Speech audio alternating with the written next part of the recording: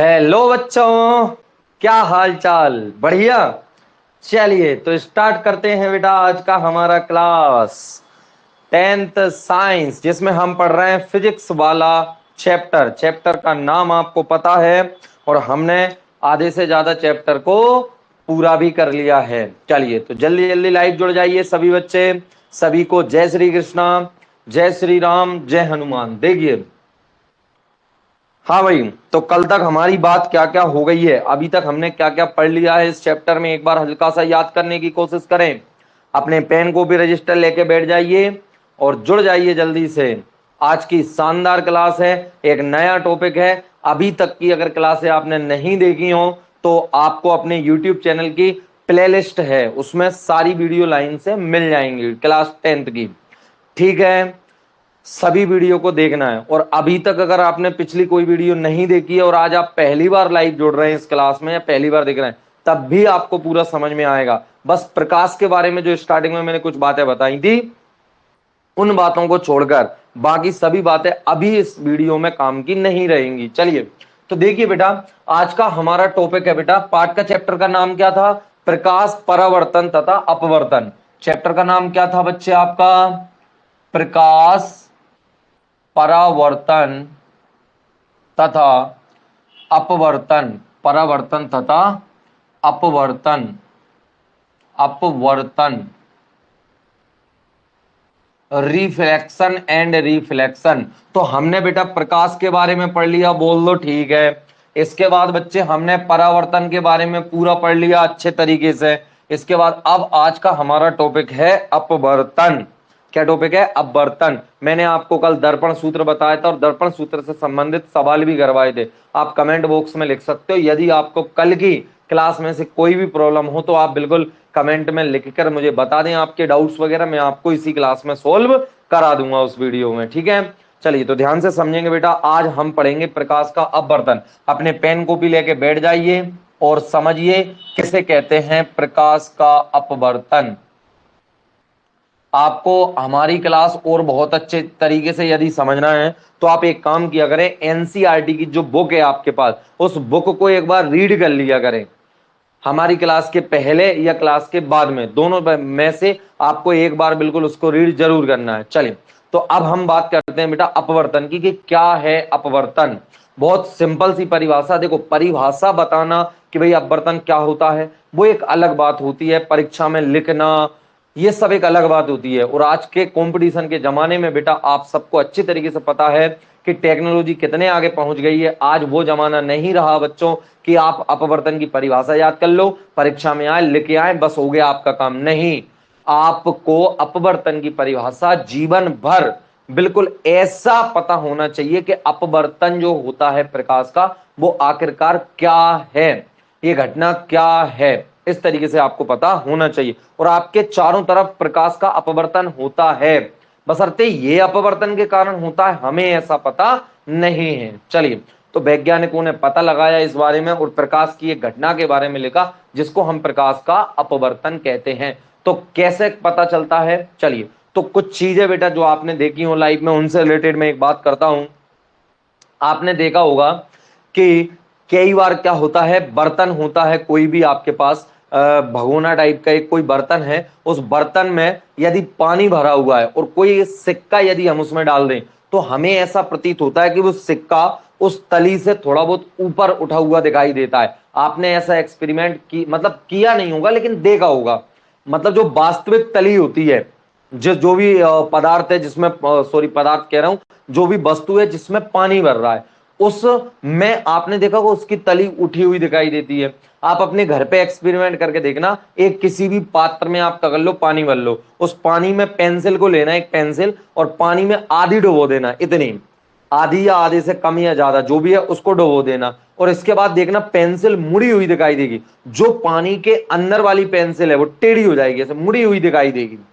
आ रहा है बात समझ में आपको? तो ये कुछ आपके एग्जांपल। आपने एक चीज देखी होगी हमेशा, कभी आप किसी अधिकारी के ऑफिस वगैरह में गए हो, आपके स्कूल वगैरह के प्रिंसिपल ऑफिस में गए हो या आप अन्य कहीं पे गए हो, तो आपने देखा होगा ऑफिस में जो आपका मेन ब्रेंच होती है, उस ब्रेंच के ऊपर एक कांच रखा रहता है। क्या रखा रहता है? कांच। मोटा सा इस तरीके का एक कांच का बहुत आयताकार कांच रखा रहता है, उस कांच के नीचे जो भी कागज वगैरह होते हैं बिल्कुल उठे हुए दिखाई देते हैं हमें। देख, एक आप ऐसा करके देख सकते हो, अभी तक नहीं देखा तो आप घर पे मतलब कल स्कूल वगैरह जाओ या आप जब भी जाओ कहीं पे, तो कांच वगैरह रखा हो, या एक कांच का आयताकार गुटका आता है बाजार से, उसको हम ले सकते हैं। उस पर यदि में रख के देखेंगे तो वो जो कागज नीचे उसके रखा हुआ है वो अक्सर हमें बड़े बड़े दिखाई देने लगते हैं, ऊपर उठे हुए दिखाई देने लगते हैं। ठीक, तो बेटा ऐसी कई घटनाएं हो रही हैं आपके दैनिक जीवन में जो आप देख रहे हो। पेंसिल का मुड़ा हुआ दिखाई देना, जो जल में डूबा हुआ सिक्के का ऊपरी उठा हुआ दिखाई देना, आपके कांच के आयताकार गुटके से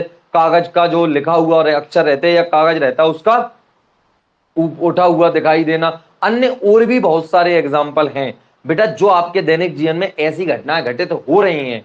अब ये क्यों हो रही हैं, इन पर दिमाग लगाया गया और फिर पता चला कि प्रकाश ऐसे भी व्यवहार करता है, फिर उस घटना का नाम दिया गया प्रकाश का अपवर्तन। तो ये तो हो गया बेटा अपवर्तन का बेस। और जानकारी के लिए आप क्या करो, किताब को अच्छे से पढ़ लेना। ठीक, आ गई मेरी बात समझ में? अब मैं आपको परिभाषा बता देता हूं अपवर्तन की क्या होती है। तो देखिए बेटा क्या होती है अपवर्तन की परिभाषा, कि जब कोई प्रकाश किरण, हम थोड़ा सा लिखेंगे समझेंगे, लिखेंगे समझेंगे, इस तरीके से चलेंगे।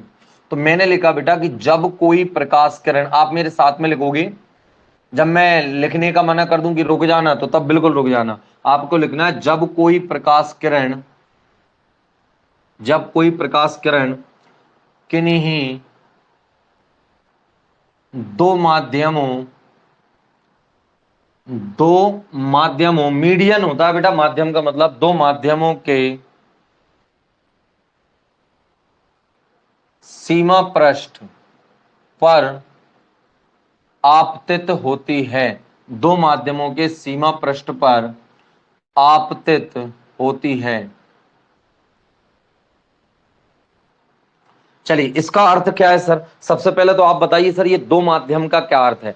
बेटा दो माध्यमों का अर्थ ऐसा है कि बेटा एक ऐसा सीमा पृष्ठ है, मतलब एक ऐसी रेखा है जिसके ऊपर कुछ और माध्यम है और नीचे कुछ और माध्यम है। सर माध्यम का अर्थ क्या हुआ? तो बच्चे माध्यम का अर्थ वैसे तो आपके लिए कोई नई बात नहीं है, पहले आपने थोड़ा बहुत कहीं पढ़ा होगा माध्यम। तो माध्यम कुछ नहीं है, जैसे वायु या निर्वात हो गया बच्चे, वायु या निर्वात। ठीक है, इसको एक माध्यम नहीं कहते हैं, मतलब कुछ नहीं है, मतलब वो निर्वात है। और जो हम हवा में है वायु या ऑक्सीजन है, इसको वायु या निर्वात, या इसको आप एक माध्यम कह सकते हो। ठीक है, चलिए दूसरा, आप जैसे बेटा पानी ले सकते हो, आप बच्चे कांच ले सकते हो, आप बच्चे माइका ले सकते हो, आप बच्चे कोई और अन्य चीज तेल ले सकते हो, कोई भी केरोसिन ले सकते हो आप बेटा, केरोसिन, आप हीरा ले सकते हो। ये सब क्या है बच्चे? आपके माध्यम है। ये सब क्या है बेटा? आपके माध्यम है। देखो वायु या निर्वात अलग होता है, पानी अलग माध्यम होता है, कांच अलग, माइका अलग, तेल, केरोसिन, हीरा, इस तरीके से बहुत सारे माध्यम होते हैं। और यदि कोई मतलब ऐसा आप समझ सकते हो कि जैसे कोई प्रकाश किरण है और तालाब बिल्कुल कैसा है बेटा, तालाब का पानी बिल्कुल स्थिर रखा हुआ है, स्थिर है, और तालाब की जो पृष्ठ है बिल्कुल वो क्या है बेटा? एक सीमा पृष्ठ है। क्यों? क्योंकि तालाब का जो पानी है उसके ऊपर क्या है? वायु, और बिल्कुल सीमा पृष्ठ के अंदर की बात करें तो वहां पे क्या है बेटा? आपका क्या है? पानी। तो तालाब की जो तल है पानी का, सरफेस है, वह क्या है बेटा? एक प्रकार का सीमा पृष्ठ है। क्या है? सीमा पृष्ठ है। जैसे मेरा हाथ मान लो ये सीमा पृष्ठ है, इसका मतलब ये होगा, इस तरीके से देखिए कि इसके ऊपर कोई एक अलग माध्यम है और नीचे कोई एक अलग, वो कुछ भी हो सकता है, ऊपर जल हो नीचे कांच हो, या ऊपर कांच हो नीचे जल हो, वायु हो कांच हो, कांच हो वायु हो। समझ आ रही है बात बेटा? इस तरीके से कोई भी एक माध्यम की का सीमा पृष्ठ है, जब भी किन्हीं दो माध्यमों के, अर्थात प्रकाश किरण चल रही है चल रही है चल रही है, और हमें पता है प्रकाश किरण एक माध्यम में बिल्कुल सीधी सरल रेखा में चलती है। यदि माध्यम चेंज हुआ, यानी ऐसे किसी पॉइंट पर आकर आपतित हुई, यहां से माध्यम चेंज हो रहा है, अब पहले वायु में चल रही थी, एक सीधी सरल रेखा में चल रही थी। ठीक है, तो क्या हुआ बच्चे? सीधी सरल रेखा में चल रही थी, इसके बाद में क्या हुआ बच्चे कि माध्यम चेंज हो गया, अब पहले वायु में चल जाता पानी, तो उसका व्यवहार बदल जाता है। वो नहीं बदलेगा। आप एक बात बताइए, एक सिंपल सी मुझे एक बात समझिए, आप घर से निकले आपके, ठीक, आप यदि किसी गांव से बिलोंग करते हैं तो आप उस अपने घर से निकले तो सबसे पहले आप गली में रहोगे, तो गली में बेटा आपकी बताइए, आप बाइक से निकले तो आपकी बाइक की स्पीड अलग रहेगी, गली में नहीं रहेगी। इसके बाद आप बेटा सड़क पे आ गए मेन, तो मेन सड़क पे आओगे तो और आपकी स्पीड अलग हो जाएगी। यदि कहीं पे बेकार सड़क है, गड्ढे वगैरह हैं, तो वहां पे अलग स्पीड होगी, या अलग तरीके से आप गाड़ी चलाओगे। ज्यादा ट्रैफिक होगा, अलग तरीके से चलाओगे। खुली अगर सड़क है, ट्रैफिक बिल्कुल भी नहीं है, तो आप अलग तरीके से गाड़ी चलाओगे। और यदि आप किसी हाईवे पर आ गए जहां दूर दूर तक बिल्कुल आपको रास्ता खुला हुआ दिखाई दे रहा है, तो उस कंडीशन में आप गाड़ी को कैसे चलाओगे? थोड़ा तेज स्पीड में चलाओगे, ठीक। तो बेटा आसपास का जो ट्रैफिक है वो आपके गाड़ी चलाने पर निर्भर कर रहा है, या सॉरी, ट्रैफिक से आपका गाड़ी चलाना इफेक्ट हो रहा है। तो उसी प्रकार से प्रकाश यदि माध्यम चेंज होता है तो उसमें अपना व्यवहार बदल देता है, या व्यवहार का तात्पर्य या दिशा बदल दे, या जो भी है, ठीक, कुछ ना कुछ चेंज हो जाता है, ठीक। अब सुनिए ध्यान से, तो इतनी बात मेरी समझ में आ गई बेटा आपको, कौन सी, कि जब कोई प्रकाश किरण किन्हीं दो माध्यमों के सीमा पृष्ठ पर आपतित होती है, वो दो माध्यमों का सीमा पृष्ठ आप इसको मान लो। चलिए मैंने ये मान लिया आपका दो माध्यमों का, ये है सीमा पृष्ठ, ऊपर अलग माध्यम है, नीचे अलग माध्यम है। समझ में आ गया बेटा? ये माध्यम एक है, ये माध्यम दो है, ठीक। माध्यम दो ही प्रकार के हमारी क्लास में दे रखे हैं, ध्यान से सुनना, माध्यम हमारी क्लास में दो ही प्रकार के दे रखे हैं। मैं यहीं पे बता देता हूं बेटा, ध्यान से इधर देख लीजिए, माध्यम हमारी क्लास में दो ही प्रकार के दे रखे हैं।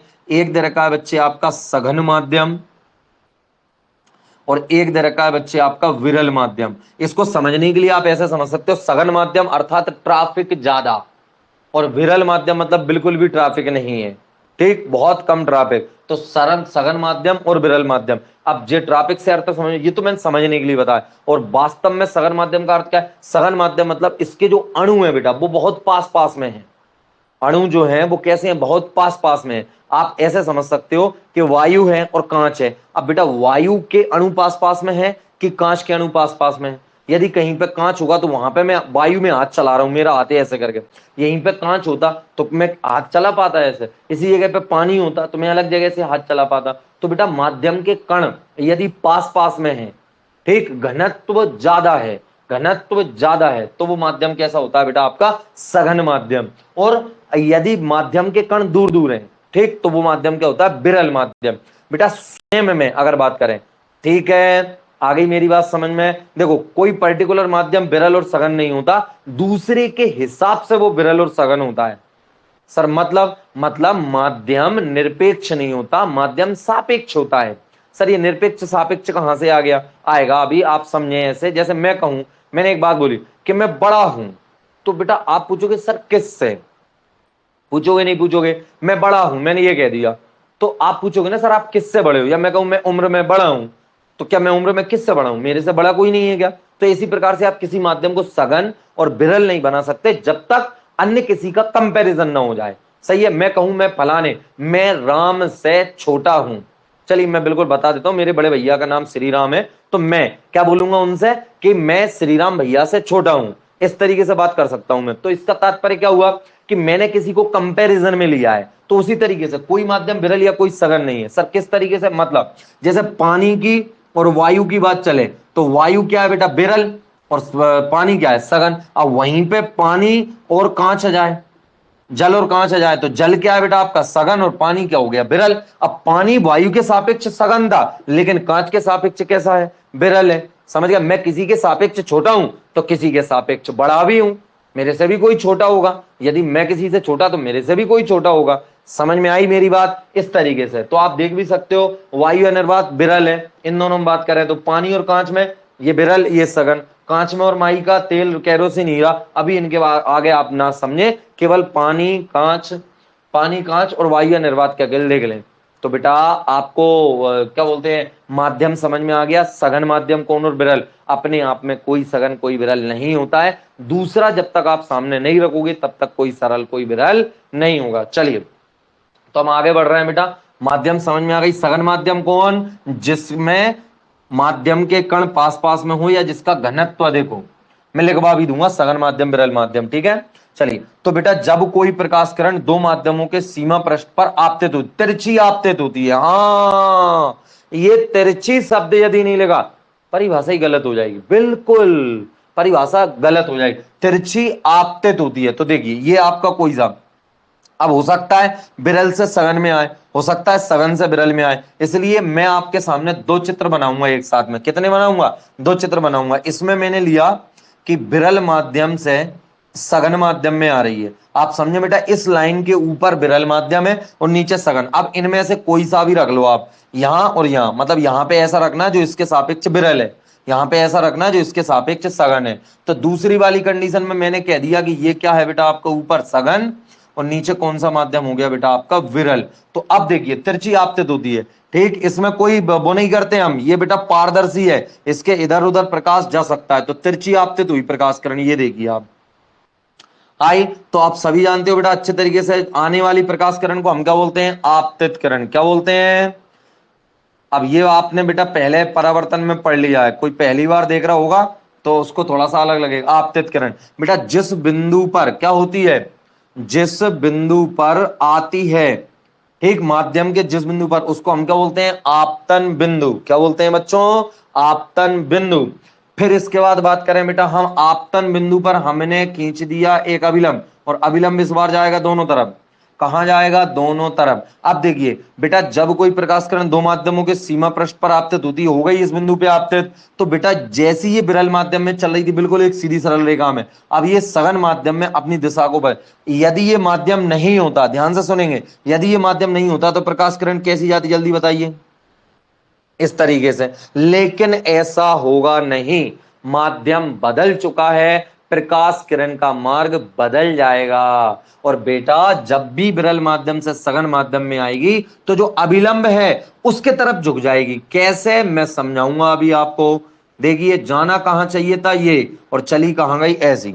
आप समझे बेटा बात को? ऐसी आ रही प्रकाश किरण, देखो सुई जाना कैसे चाहिए था, ऐसी, लेकिन यहां इसने टर्न हुई, इधर चली गई। समझ में आया? यदि सघन से विरल में आती है तो क्या होता है सर?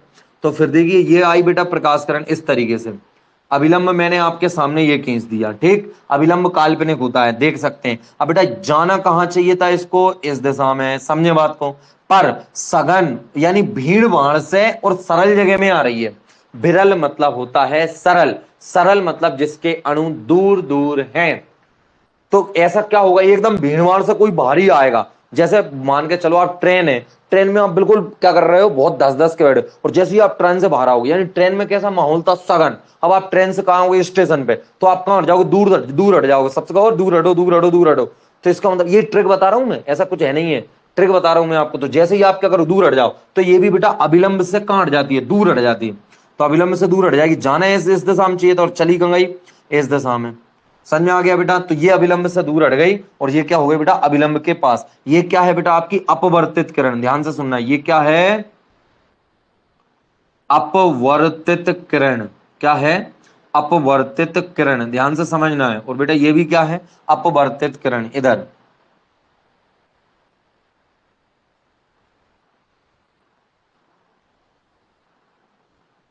चलिए ध्यान से समझेंगे बेटा, ये क्या हो गई बेटा, आपकी आपतित किरण।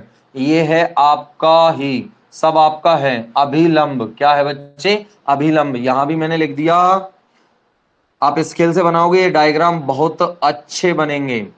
एक बच्चे ने एक दिन कमेंट करके पूछा था कि सर स्नेल का नियम क्या होता है। मैं आज आपको बता दूंगा स्नेल का नियम क्या होता है। जो चीज जहां होती है, जैसी होती है, उसी समय पे बताई जा सकती है। आप कहो मेरे से कि 12th का कोई टॉपिक लेके आया, फलानी चीज समझाओ, तो थोड़ा सा आपको लगेगा, उसको समझने में समय लगता है, ठीक।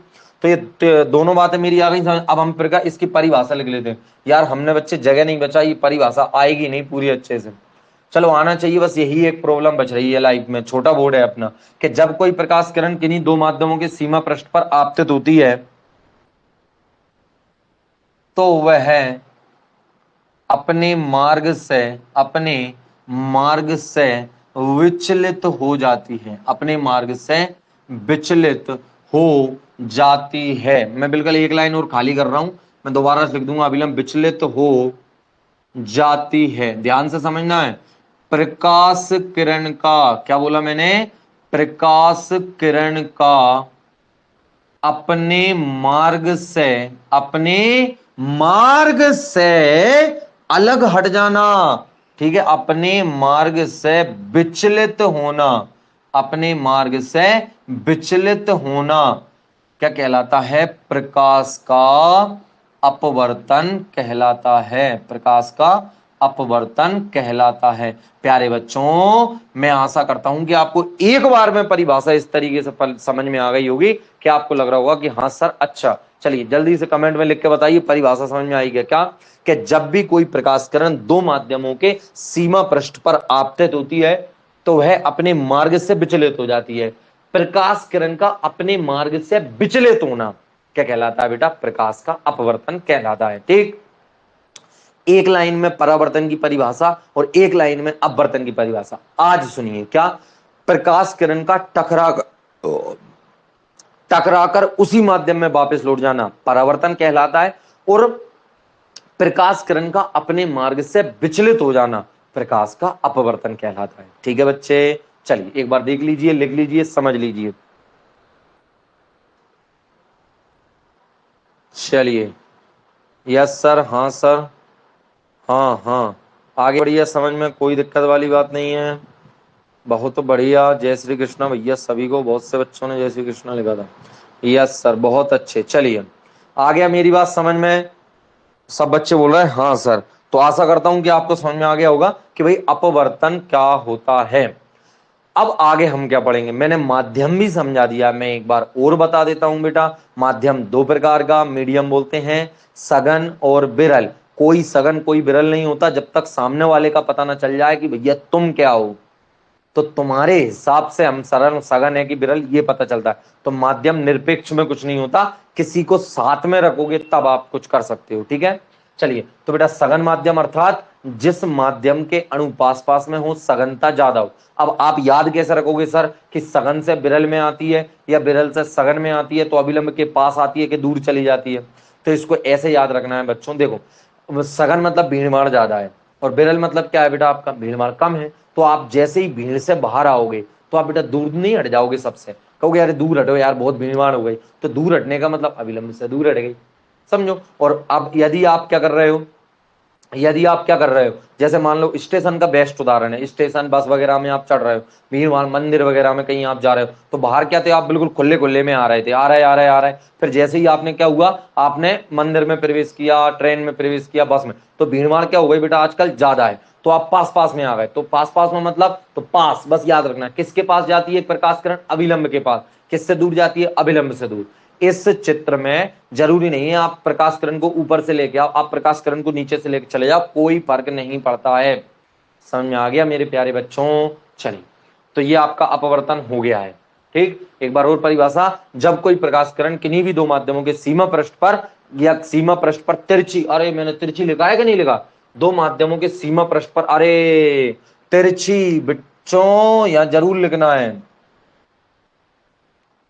तिरछी। समझ में आया? चलिए, अब इसके बाद बात करेंगे बेटा तिरछी आपतित होती, तिरछी जरूर लिखना है। ठीक है, चलो अब मेरी बात ध्यान, आने वाली प्रकाश किरण को आपतित किरण, परावर्तन के अपवर्तन के पश्चात जो प्रकाश किरण मिलती है उसको अपवर्तित किरण। अब ध्यान से बेटा, आपतित किरण और जो क्या है अभिलंब, ध्यान से याद करो।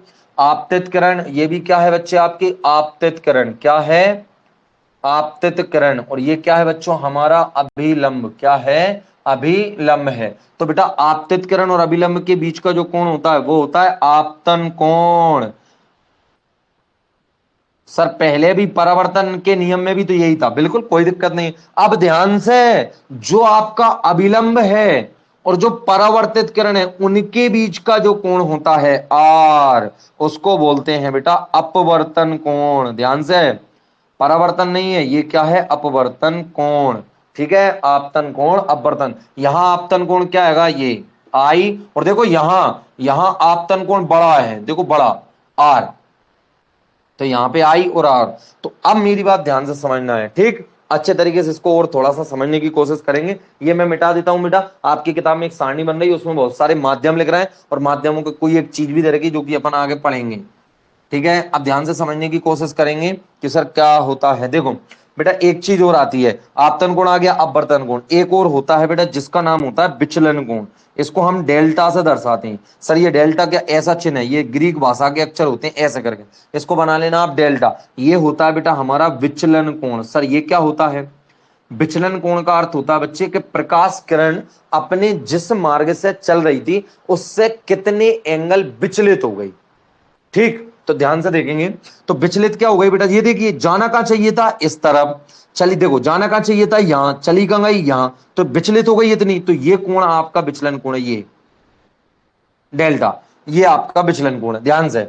और यहां पर बेटा, यहां पर बात करें विचलन कोण की, तो वो क्या है बेटा आपका, यहां पर विचलन कोण कितना है, ये छोटा वाला, ये देखिए जाना कहां चाहिए था, यहां पे चली कहां, जाना कहां चाहिए था, यहां पे चली कहां गई, यहां पे जाना कहां चाहिए था, यहां पे चली कहां गई, यहां पे, इधर ये देखिए, तो ये छोटा सा आपका जो बन रहा है ये क्या है बेटा आपका विचलन कोण है। और ये पूरा जो है पूरा, चलो मैं इसको साफ करके बनाता हूं अच्छे से, तभी आपको समझ में आएगा। ये अकेला क्या है बेटा आपका विचलन कोण, ये छोटा सा ये विचलन कोण है, और ये पूरा का पूरा आपका क्या है बच्चे, अपवर्तन कोण। तो अब मेरी बात ध्यान से यहां पे देखेंगे बच्चे, आपने एकांतर कोण, शीर्षाभिमुख कोण, ये चीजें पढ़ी होंगी। तो देखिए शीर्षाभिमुख कोण से, यहां एक बात बताइए, ये प्रकाश किरण बिल्कुल सीधी है कि नहीं है, और ये बिल्कुल सीधी है, तो इसका सीधा सा तात्पर्य क्या आ रहा है, जल्दी बताइए सबसे पहले, कि ये जो एंगल है इस पूरे एंगल के बराबर होगा, तो इसका मतलब ये आई है, और ये जो पूरा एंगल है ये है बेटा आपका आर और प्लस डेल्टा। तो यहां पर जब भी प्रकाश किरण विरल माध्यम से सघन माध्यम में जाती है तो जो आपका आई होता है वो आर प्लस डेल्टा के बराबर होता है, या बात करें जो डेल्टा है यानी विचलन कोण है बच्चे, वो आपतन कोण में से परावर्तन अपवर्तन कोण को घटाकर प्राप्त होता है। ठीक है, इधर आर आ गया, ये घट गया। सर इधर बात करें तो बेटा इधर बात करें ना, तो देखो ये प्रकाश किरण यहां जा रही थी, टिक टिक टिक टिक टिक टिक, ये बोल लो ठीक है, और ये कहां जा रही है, इधर जा रही है। अब इस अकेले एंगल की बात करूं, ये कितना है, तो ये बेटा पूरा कितना है डेल्टा, पूरा कितना है जल्दी बताओ, डेल्टा वो आर है, और ये कितना है डेल्टा। यदि मैं आर में से डेल्टा घटा दूं तो ये क्या बचेगा, यहां तक का बचेगा, और ये बराबर है किसके, आई के। तो जब प्रकाश किरण सघन माध्यम से विरल माध्यम में आ रही होती है तब जो आई होता है वो बराबर होता है आर माइनस डेल्टा के। तो डेल्टा इधर ले आइए और आई उधर ले जाइए, तो डेल्टा बराबर कितना आ गया, आर माइनस आई। तो मेरी बात समझ में आई, अरे आई आई क्या नहीं आई, तो देखिए यहां पे विचलन कोण क्या है बेटा, आपतन कोण में से अपवर्तन कोण को घटाकर, और यहां विचलन कोण क्या है, अपवर्तन कोण में से विचलन कोण को, अपवर्तन कोण में से आपवर्तन आपतन कोण को घटाने पर, आपतन कोण में से अपवर्तन कोण में से आपतन कोण को घटाने पर, पता नहीं क्या क्या बोल दिया मैंने देख लो कोई दिक्कत नहीं है, आर और आई के नाम मैंने यहाँ पे लिख रखे। तो ये कंडीशन इस चित्र के नीचे लिखना है, और ये जो कंडीशन है वो इस चित्र के नीचे लिखना है। समझ में आ गया, ये दोनों बराबर कैसे किए हैं, शीर्षाभिमुख कोण से। अरे शीर्षाभिमुख कोण से तो जानते हो, इस करके ये एंगल इस एंगल की, ये एंगल इस एंगल के बराबर होता है। कैसी बातें करते हो, बिल्कुल समझ में आ गया। चलिए अब साफ को कर दूं क्या बेटा, साफ कर दूं, साफ सूप कर दूं क्या, जल्दी जल्दी बताइए।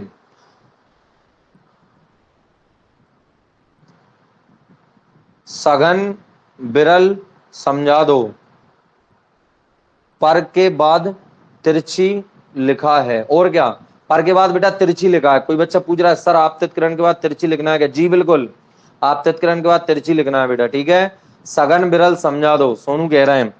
बेटा सोनू आप लेट जुड़े हो, क्या आपका बुद्धि थोड़ी लेट चलती है, आपको मैंने 3 बार समझा दिया सघन विरल। सघन मतलब आप अंदाज, अब ये थोड़ा सा दिमाग लगा के देखो क्या बच्चे, कि जो जल है और आपकी वायु है, तो वायु के कण, आप एक काम करो वायु में हाथ चला के देखो, इस तरीके से चला सकते हो आप, इसी हाथ को आप एक काम करो कहीं पानी में रख लो और चला के देखो, तो आपको ज्यादा फोर्स कहां लगाना पड़ रहा है, पानी में, तो इसका मतलब पानी के अणु क्या है, पास पास में, वो आपका विरोध कर रहे हैं। तो बेटा सघन मतलब जिसका घनत्व ज्यादा है, घनत्व मतलब कम जगह में ज्यादा द्रव्यमान है, कम जगह में ज्यादा द्रव्यमान है। ठीक, एक बोतल लिया आपने और एक बोतल में ढक्कन लगा दिया आपने, अच्छे कस के लगा दिया, तो उसके अंदर क्या भरी रह गई, वायु। अब एक बोतल में आपने पानी भर के ढक्कन लगा दिया, सेम आयतन था, तो दोनों जगह सेम आयतन था, तो घनत्व बराबर क्या होता है बताना जरा, घनत्व बराबर क्या होता है, द्रव्यमान बटे आयतन, क्या होता है, द्रव्यमान बटे आयतन। तो बच्चे आयतन दोनों जगह सेम है, इस बोतल में भी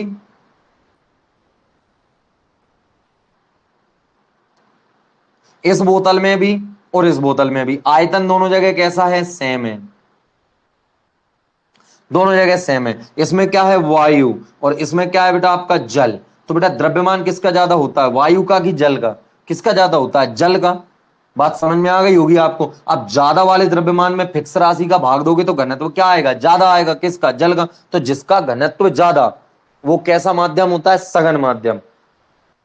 कैसा होता है, सघन। और कोई भी माध्यम ना सघन होता ना विरल। आप कहो कि कांच सघन माध्यम है, नहीं है। अगर हीरे को मैं लेके आऊं, एक ऐसा माध्यम है जिसमें हीरा ही हीरा है, पूरे बिल्कुल हीरा है, तो बेटा हीरा क्या होता है, कांच से भी ज्यादा सघन होता है। तो आप कांच हीरे के सापेक्ष विरल हो गया। यदि यहीं पे मैं क्या रख दूं बेटा, यहां पे मैं रख दूं कांच और यहां पे हीरा रख दूं, बिल्कुल सही हो जाएगा। लेकिन यदि यहीं पे क्या मैंने रख दिया, पानी, तो यहां पे क्या आ जाएगा, कांच आ जाएगा।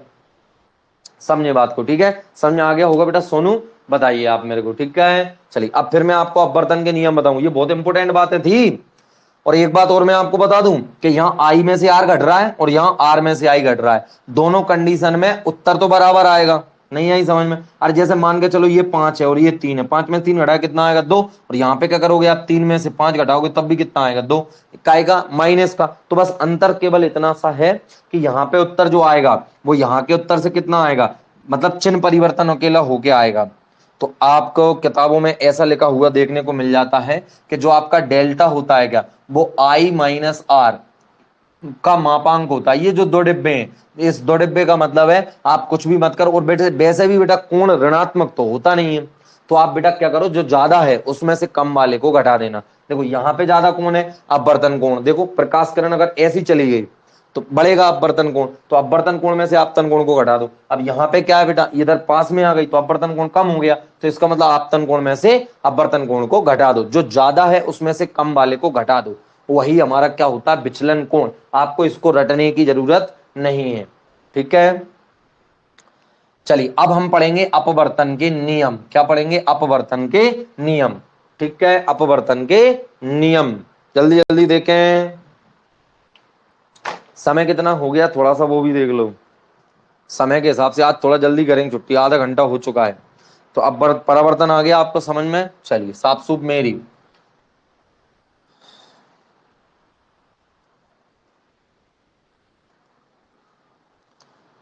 देखो बेटा अपवर्तन के नियम देखिए, बड़े इंपॉर्टेंट है, सभी जगह पे काम करते हैं। आपको लिखना है बेटा अपवर्तन के नियम। क्या होता है बेटा अपवर्तन के नियम, तो सबसे पहला नियम तो बेटा वही जो परावर्तन में था, क्या, आपतित किरण। क्या बोला आपने बच्चे, आपतित किरण, आपतित किरण आपतन बिंदु पर अभिलंब, आपतन बिंदु पर, आपतन बिंदु पर अभिलंब तथा अपवर्तित किरण। क्या बोला बच्चे मैंने, अपवर्तित किरण। ये तीनों एक ही तल में स्थित होते हैं, तीनों एक ही गो तल में स्थित होते हैं। समझ में आ गया, एक ही तल में स्थित होते हैं, ठीक है बच्चों। ये पहले भी मैं आपको समझा चुका हूं। इसका अर्थ क्या है, ये तल है बच्चे, और यदि प्रकाश किरण इस तल पे आ रही तो अभिलंब भी इसी तल पे, और जो अपवर्तित किरण है वो भी इसी तल पे रहेगी, उठेगी बिल्कुल भी नहीं, ना ऊपर आएगी ना अंदर जाएगी, ठीक।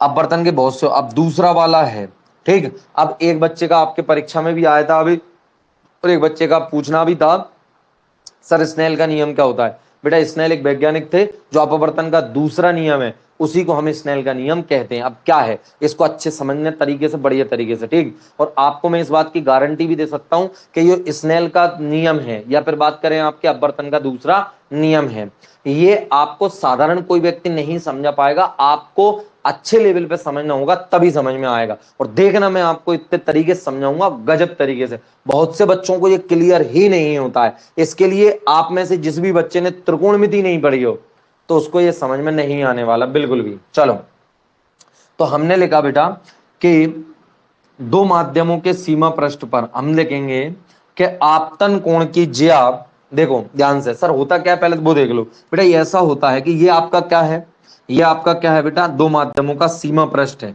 यहाँ पे कोई प्रकाश किरण आई, इस शब्द का मतलब भी समझाऊंगा बेटा। ये तिरछी लिखा है, तिरछी का मतलब ऐसा होता है कि यदि कोई प्रकाश किरण बिल्कुल सीधी आई, ठीक, तो बेटा ये बिल्कुल ऐसी कैसी सीधी चली जाएगी।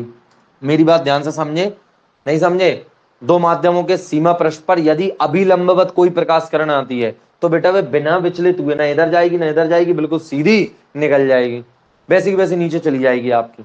तो बेटा जब प्रकाश किरण मुड़ी ही नहीं, और हम अपवर्तन किसको बोल रहे हैं, जब प्रकाश किरण अपने मार्ग से विचलित हो जाए। अब इसमें मार्ग से विचलित हुई क्या, नहीं हुई, तो अर्थात अपवर्तन हुआ ही नहीं। इसलिए प्रकाश किरण को तिरछी लेना जरूरी है।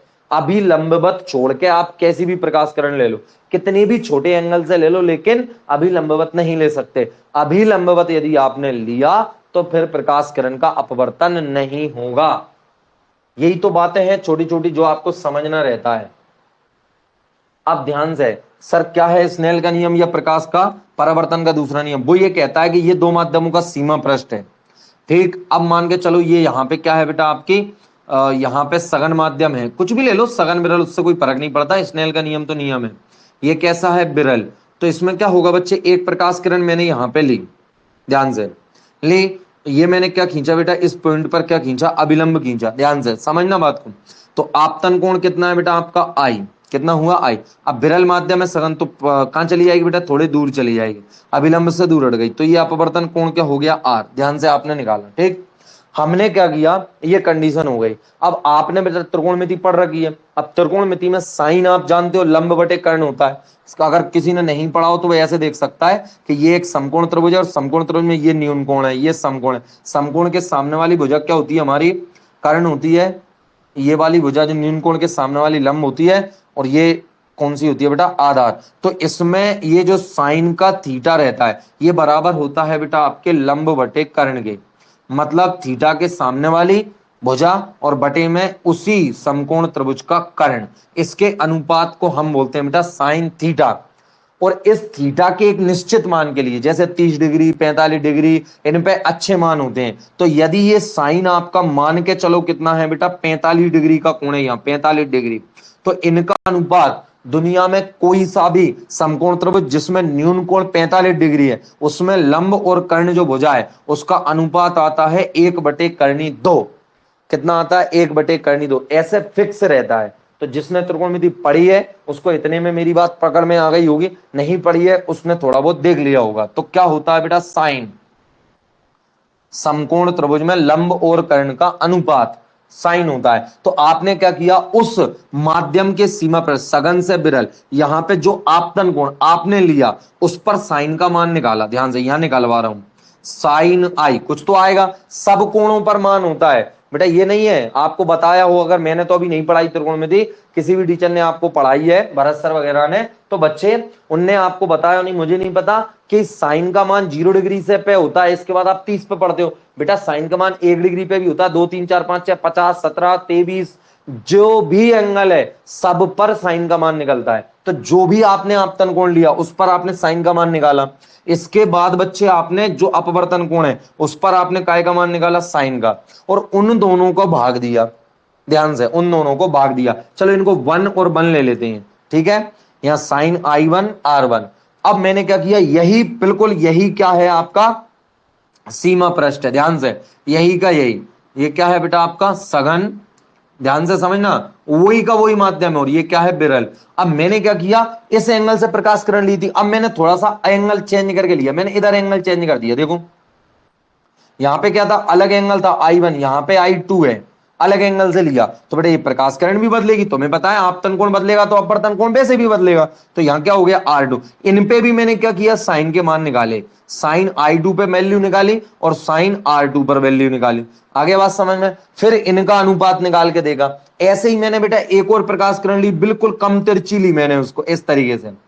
तो यहां पे क्या होगा, यहां पे भी प्रकाश किरण थोड़ी सी मुड़ेगी, तो ये I3 है, क्या है I3, और यहां पे ये भी क्या है बेटा आपका R3। इस पर भी मैंने क्या किया, साइन I3, मतलब I3 जो कोण है उस पर साइन का मान निकाला, और जो R3 है उस पर भी मैंने काय का मान निकाला, साइन का। प्यारे बच्चों देखा ये गया कि ये जो सभी अनुपात हैं, आपतन कोण पर साइन का मान और अपवर्तन कोण पर साइन का मान, इनका जो अनुपात है वो हमेशा बराबर आता है, चाहे आप कितना भी एंगल ले लीजिए। समझ में आया प्यारे बच्चों? आया कि नहीं आया? आया कि नहीं आया? जल्दी बताओ, मैं पिटाई लगा दूंगा। समझ में आया? तो आपतन कोण और साइन का हिंदी नाम होता है ज्या। कह रहे हैं क्या? अरे क्या नहीं, ज्या ज्या। ये साइन का हिंदी नाम क्या होता है? ज्या। ठीक, चलिए कहां से आया? आप थोड़ा सा अंदाज तो लगा देख लीजिए बेटा कि इन सब की खोज अपने भारत में विदेश में हुई थी, उससे बहुत पहले हो चुकी थी। और भारत में इंग्लिश भाषा थोड़ी जल्दी थी, कौन सी जल्दी थी? हिंदी भाषा थी, संस्कृत थी। तो हमारे जो वैज्ञानिक वगैरह थे, आर्यभट्ट ने इनके बारे में बताया था, तो वो थोड़ी इंग्लिश में बोलेंगे साइन, उन्होंने तो जिया नाम दिया था। बाद में अंग्रेज आए, राम गौर, पिटाई लगा दूंगा अंग्रेजों की, उन्होंने ये नाम वाम चेंज कर दिए, नहीं तो आज हम हिंदी में पढ़ रहे होते। चलो, sine I upon sine R, sine I two, ये सब बराबर होता है। तो अब स्नेल का, इसी को स्नेल का नियम कहते हैं। वो पता है इस अनुपात को, ये फिक्स आएगा, ये उतना ही ये आएगा, उतना एक संख्या आएगी, संख्या आएगी, यहां भी मान है, यहां भी संख्या आएगी। उस संख्या को हम बोलते हैं बेटा दूसरे माध्यम का। ये जो नीचे है, जैसे मान के चलो ये क्या है? कांच है, और ये क्या है बेटा? जल। तो हम बोलेंगे जल के सापेक्ष कांच का अपवर्तनांक, जिसको कि हम, चलो अपवर्तनांक बोल दिया मैंने अभी, क्या बोल दिया? अपवर्तनांक। क्या बोला? अपवर्तनांक। ध्यान से, अपवर्तनांक। और किसका? कांच का। किसका? कांच का। किसके सापेक्ष? जल के सापेक्ष। तो जल के सापेक्ष कांच का अपवर्तनांक फिक्स होता है, और जो भी आएगा, जो भी आएगा, ठीक है, बाद में बताऊंगा कितना आएगा, याद करवा दूंगा मैं आपको कुछ चीजों का, कि जल के सापेक्ष कांच का, कांच के सापेक्ष जल का, दो चार जो रहेंगे वो मैं याद करवा दूंगा। तो प्यारे बच्चों जल्दी से कमेंट में बताइए स्नेल का नियम आया क्या समझ में? चलिए अब मैं आपको लिखवा रहा हूं, इसको लिखवाऊंगा, अच्छे से समझ में आना चाहिए। तो लिखिए आप दूसरा, कहां से शुरुआत करें? आपतन कोण की ज्या तथा अपवर्तन कोण की ज्या किन्हीं भी दो माध्यमों के सीमा पृष्ठ के लिए, हाँ किन्हीं भी दो माध्यमों के सीमा पृष्ठ के लिए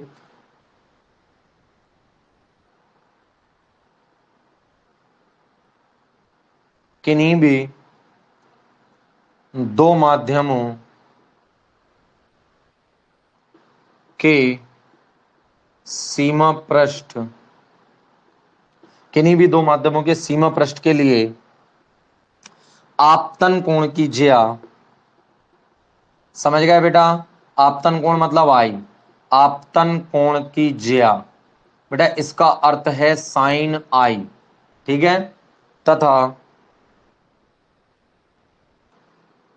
अपवर्तन कोण की ज्या, अच्छे अच्छे टीचर नहीं समझा पाते हैं इसको, अपवर्तन कोण की ज्या, इसको बोलेंगे यदि अपवर्तन कोण आर है, आपतन कोण की ज्या तथा अपवर्तन कोण की ज्या का अनुपात, यानी भाग देते हैं हम उसमें, का अनुपात सदैव नियत रहता है या एक ही होता है, नियत रहता है, ठीक है। तो ये होता है बेटा दूसरा नियम। अब इसी को ही हम क्या बोलते हैं? स्नेल का नियम।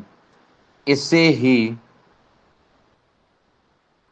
तथा, या फिर आप ऐसे लिख सकते हो, तथा इसी अनुपात को, इसी अनुपात को हम दूसरे माध्यम के सापेक्ष, या इसी अनुपात को हम अपवर्तनांक, आप तो ऐसा ही लिखो, सापेक्ष मापेक्ष मत लिखो, अपवर्तनांक कहते हैं,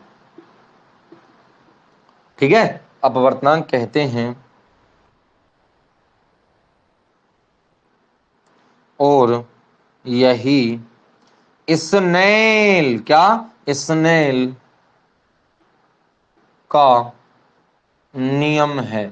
अगर परीक्षा में आता है कि स्नेल का नियम क्या है, तब भी आपको यही लिखना है कि स्नेल के नियम के अनुसार, क्या लिखोगे? थोड़ा सा चेंज करके लिखना है। स्नेल का नियम ऊपर है, इस तरीके से लिखना है। परीक्षा में स्नेल का नियम क्या है, तो आप बोलोगे कि स्नेल के नियम के अनुसार किन्हीं भी दो माध्यमों के सीमा पृष्ठ के लिए आपतन कोण की ज्या तथा अपवर्तन कोण की ज्या, सॉरी आपतन कोण की तथा अपवर्तन कोण की ज्या का अनुपात हमेशा एक नियत राशि होती है, जिससे हम उस माध्यम का अपवर्तनांक कहते हैं। ठीक है प्यारे बच्चों। और यदि आए कि अपवर्तन का दूसरा नियम लिखिए, तब भी आपको ये लिखना, नीचे टिका देना एक छोटी सी लाइन, कैसे ही हम स्नेल का नियम कहते हैं। ठीक है, तो मैं आशा करता हूं बेटा आपको यहां तक समझ में आया होगा। जल्दी बताइए। हाँ सर, सर ये तीनों क्यों बराबर होंगे? ये अब तुम बेटा हर जगह क्यों लगा, क्यों बराबर होंगे? बराबर होंगे नहीं, मेरी बात समझो। हाँ, इस जगह पे आपका उत्तर ये देता हूं प्रज्ञा, बेटा ये तीनों क्यों बराबर होंगे ये वाली बात नहीं, ये तीनों बराबर हुए। ये तो अनंत काल से थे बराबर, पता अभी चला। अभी मतलब जब स्नेल के ने नियम दिया, स्नेल ने दिमाग लगाया, समझे बात को। ये तो अनंत काल से थे, अनंत काल से, जिस दिन से प्रकृति बनी तब से अपवर्तन हो रहा था, जिस दिन से प्रकृति बनी तब से अपवर्तन हो रहा था। अब जैसे मैंने अभी आपको इंद्रधनुष के बारे में नहीं बताया क्यों बनता है, प्रकाश की किस घटना के कारण इंद्रधनुष बनता है, तो क्या इंद्रधनुष आज बन रहा है? हजारों सालों से बन रहा है पहले से, तब भी बन रहा है, वो घटना हो रही थी। बता रही समझ क्यों होता है, आप ऐसा समझ मतलब क्यों होता है, इसके पीछे कोई एक वो थोड़ी है क्यों होता है, ये तो पता लगाया गया है। आप प्रश्न यहां पे पता है ये पूछ सकते हो कि अपवर्तन क्यों होता है, बिल्कुल सर प्रकाश किरण क्यों मुड़ती है, ये है प्रश्न। अब लोग ये